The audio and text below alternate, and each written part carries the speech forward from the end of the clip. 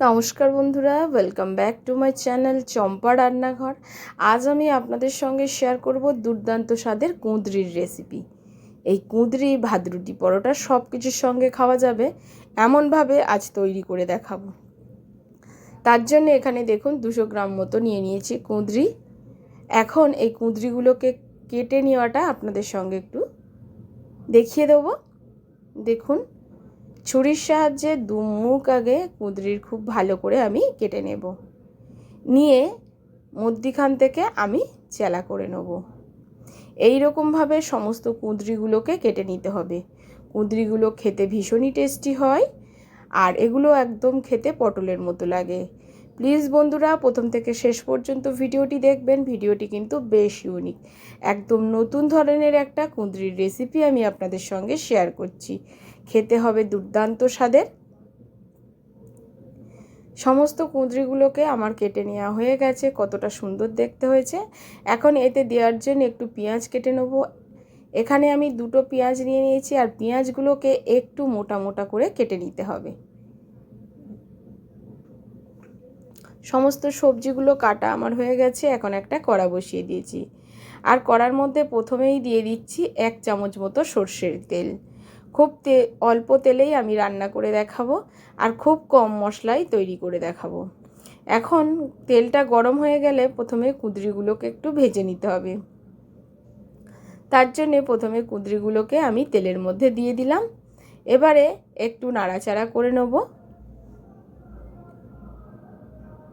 নেওয়ার পরে বন্ধুরা, কুঁদরির মধ্যে কিছুটা হলুদ আর দিয়ে দেবো পরিমাণ মতো লবণ।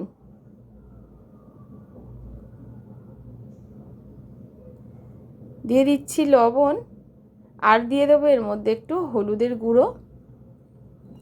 এই সময় হলুদ আর লবণটা দিলে কুঁদরির কালারটা কিন্তু সুন্দর সবুজ থাকবে, দেখতেও ভালো লাগবে, খেতেও ভীষণ টেস্টি লাগবে, আর তাড়াতাড়ি কুঁদরিগুলো সিদ্ধ হয়ে যাবে।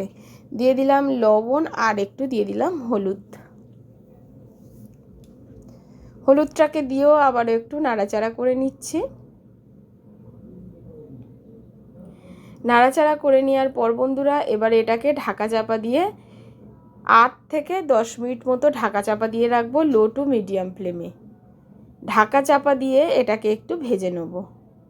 একদম হাই ফ্লেম করবেন না, তাহলে কিন্তু বন্ধুরা এটা ভালো ভাজা হবে না। আসলে ভাজবো মানে একটু সিদ্ধ হয়ে যাবে কুঁদরিগুলো, এখানেই কিন্তু 50% সিদ্ধ হয়ে যাবে। এরকমভাবে একটু ঢাকা চাপা দিয়ে ভাজতে হবে। প্রায় 4 মিনিট পর ঢাকনাটা খুলে নিয়েছি, নিয়ে একটু নাড়াচাড়া করে নিচ্ছি।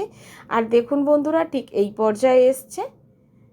এবারে এগুলোকে একটু নাড়াচাড়া করে সময় দিয়ে আর একটু ভেজে নিতে হবে।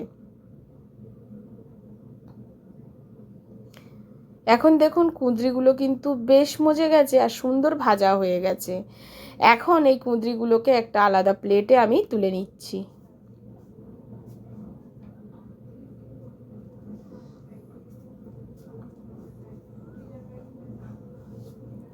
একটু তেল ঝরিয়ে আমি কুঁদরিগুলোকে তুলে নেব। এখন এপাশে আবারও একটা কড়া বসিয়ে দিয়েছি, আর কড়ার মধ্যে দিয়ে দিচ্ছি কিছুটা কাঁচা বাদাম, দিয়ে দেব এখানে গোটা জিরে আর গোটা ধনিয়া।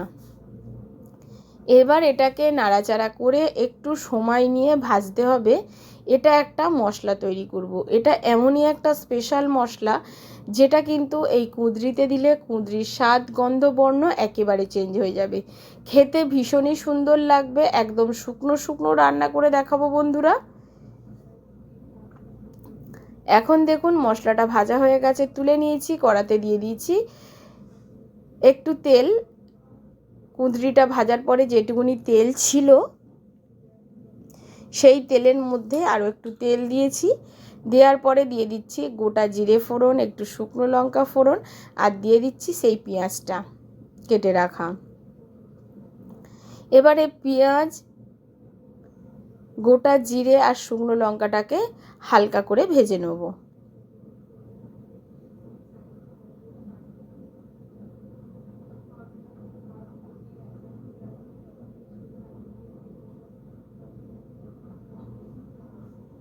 এবারে দিয়ে দিচ্ছি একটা টমেটো, আমি লম্বা লম্বা করে কেটে রেখেছি সেই টমেটোটা। এই টমেটোর কিন্তু গলে গেলে একদমই ভালো লাগবে না, টমেটোটা কিন্তু একটু গোটা গোটা থাকতে হবে। তার জন্যে দেখুন পেঁয়াজটাকেও খুব বেশি লাল আমি করিনি, পেঁয়াজও কিন্তু যখন আমরা কুঁদরিটা খাবো যাতে গালে পড়ে সেজন্য পেঁয়াজটাকেও একটু বড় বড় মোটা মোটা করে কেটেছি। এখন এর মধ্যে দিয়ে দিচ্ছি পরিমাণ মতো লবণ, আর দিয়ে দেবো আদা আর কাঁচা লঙ্কা বাটা 1 চামচ। এর থেকে বেশি ব্যবহার করবেন না। 1 চামচ আদা আর কাঁচা লঙ্কা বাটা দিয়ে দিয়েছি, দিয়ে এবারে খুব ভালো করে মশলার সঙ্গে পেঁয়াজ আর টমেটোটাকে ভাজতে হবে। দেখুন এতে কি হবে, আদার কাঁচা গন্ধটাও কিন্তু চলে যাবে।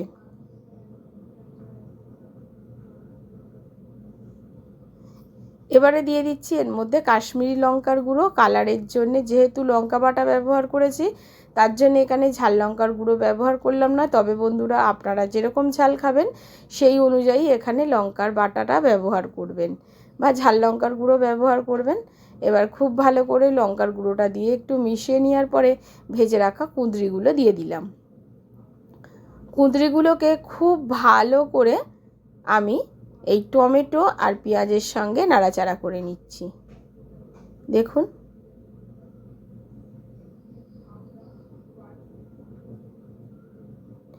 এবারে এই রান্নাটা হবে একটু ঢাকা চাপা দিয়ে। বলেছিলাম একদম শুকনো শুকনো রান্না করব। আপনারা যদি কোথাও ঘুরতে বা বেড়াতে চান, যদি এইভাবে কিন্তু কুঁদরিটা রান্না করে ক্যারি করতে পারেন। এবারে এটাকে ঢাকা চাপা দিয়ে রাখছি ওই 5 মিনিটের মতো। লো ফ্লেমে 5 মিনিট ঢাকা চাপা দিয়ে রেখেছিলাম। এবারে ঢাকনাটা তুলে নিচ্ছি, আর দেখুন কতটা সবজিটা মজে গেছে আর বেশ কিন্তু তেলও ছাড়তে শুরু করেছে।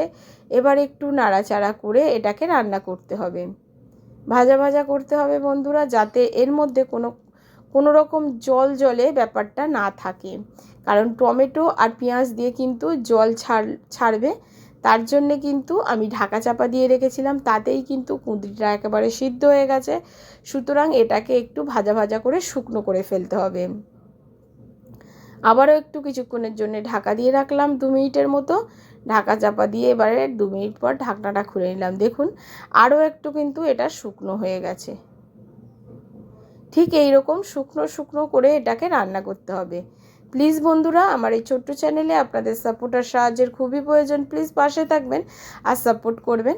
এখন এর মধ্যে দিয়ে দেবো আগে থেকে ভেজে রাখা সেই মশলাটাকে কিন্তু আমি একটু গুঁড়ো করে নিয়েছি, খুব মিহি গুঁড়ো নয়, যাতে বাদামের টুকরো গালে পড়ে আর গোটা জিরে গোটা ধনিয়ার টুকরো একটু গালে পড়ে, সেই জন্যে মোটামুটি একটু গুঁড়ো করে নিয়েছি।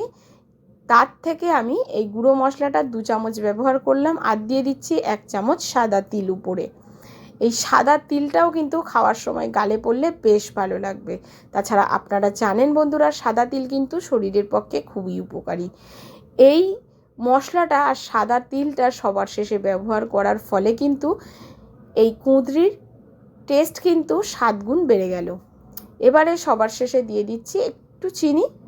আপনাদের যদি এই চিনিটা দিতে অপছন্দ হয় সেক্ষেত্রে স্কিপ করবেন, তবে বন্ধুরা টেস্টের ব্যালেন্সের জন্য সামান্য একটু চিনি দিয়ে খেয়ে দেখবেন। এবারে একটু নাড়াচাড়া করে দিচ্ছি। দেখুন একদম শুকনো শুকনো কিন্তু কুঁদরিটা আমার রান্না হয়ে গেছে আর খুব সুসিদ্ধ হয়ে গেছে কুঁদরিটা। এখন একটা প্লেটের মধ্যে আপনাদেরকে তুলে দেখাবো আজকের এই কুঁদরির রেসিপি কেমন হয়েছে। প্লিজ বন্ধুরা আপনারা কিন্তু আপনাদের মূল্যবান মতামত অবশ্যই জানাবেন। কুঁদরিটা এইভাবে রান্না করে খেলে কি ভালো লাগে, না অন্যভাবে রান্না করলে আরও বেশি ভালো হতো? অবশ্যই আপনাদের মতামত কিন্তু কমেন্ট বক্সে দিয়ে যাবেন। আর অবশ্যই আপনারা কে কোথা থেকে আমার ভিডিওটি দেখছেন অবশ্যই জানাবেন, তাহলে কিন্তু আপনাদেরকে ধন্যবাদ জানাতে আমার সুবিধা হয়। এখন একটা প্লেটের মধ্যে খুব ভালো করে কুঁদরিটাকে তুলে নিচ্ছি, সামনে দিয়ে আপনাদেরকে একটু দেখিয়ে দেবো। এটা কিন্তু রুটি পরোটা ভাত দিয়ে, গরম ভাত দিয়ে খেতে জাস্ট অসাধারণ লাগে বন্ধুরা।